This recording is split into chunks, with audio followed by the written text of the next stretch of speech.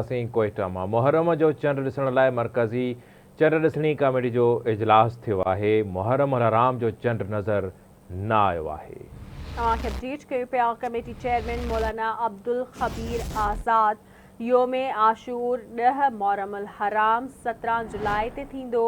Update कयो पिया breaking news आहे। मौलाना अब्दुल खबीर आज़ाद चवण त मुहर्रम हराम जो चंड किथे बि नज़र न आयो। मरकज़ी रोयत हिलाल कमेटी जे चेयरमैन इहा पधराई जारी कई आहे। असां सां ख़बर शेयर कयूं पिया कोयटा मां मुहर्रम जो चंड ॾिसण लाइ मरकज़ी रोयत हिलाल कमेटी जो इजलास थियो। मुहर्रम हराम जो चंड नज़र नाहे आयो। योम आशूर 10 मुहर्रम 17 जुलाई ते थींदो। मुहर्रम हराम जो चंड किथे बि नज़र न आयो आहे। मरकज़ी चंड ॾिसणी कमेटी जे चेयरमैन मौलाना अब्दुल खबीर ऐलान करे छॾियो आहे।